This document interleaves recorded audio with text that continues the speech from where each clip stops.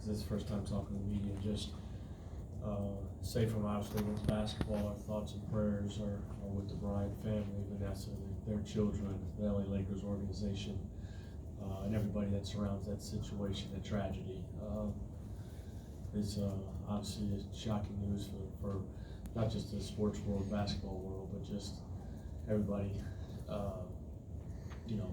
that found the impact that he's had on society and life.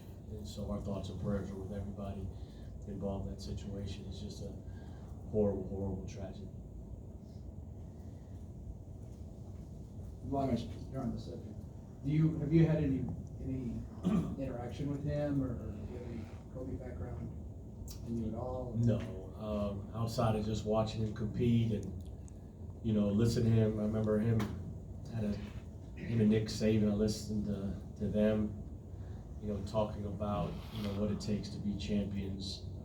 He had went and spoke Alabama football, and then stayed after and talked with Coach Saban, and they had aired that conversation. But my best buddy, best friend from college, he coaches with the Bulls now.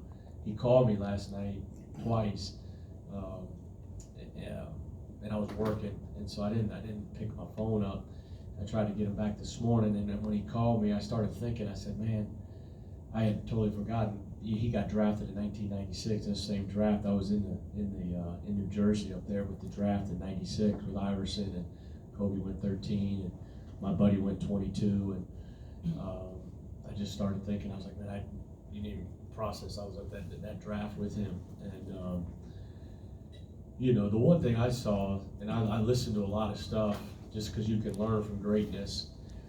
And the one thing I sent my team last night, because I grew up on Jordan and Pippen, they grew up on Kobe and now Steph Curry and all these guys, is Kobe came and he made a great quote, and this is right before the retirement, and he made a great quote about how when he walked into the league, all he thought was inwardly, and when he left the league, as he gets on the brink of his retirement, all he could think is outwardly.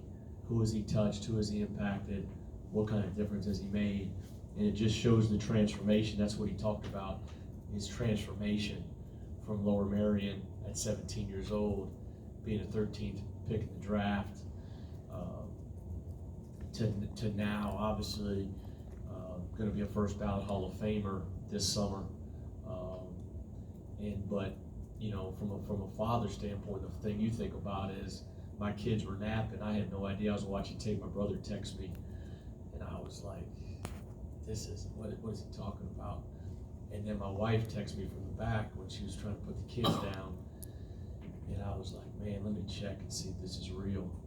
And I remember when I was a young kid growing up in Virginia, Northern Virginia, Len Bias passed, running down the swimming pool to let everybody know, because they were all at swim practice. It was 10 o'clock. Tuesday, Wednesday, Thursday morning, and sprinting down there to tell everybody about Len Bias. And so, but just watching Kobe's interaction with his children and knowing how I feel about my children, and thinking about walking out to the game every day and seeing Cass and Francie and Jackson, man, and knowing just in those moments what him and his daughter, what their embrace was like. But man, it's just, life is, it puts, you wish, I text our team, I said, I text a lot of the guys, I said, I wish you could live your life every day thinking the way you do on days that tragedy happens. Because man, we'd all be a hell of a lot better, wouldn't we? If we could keep that focus. That's what's hard to do. So to your team,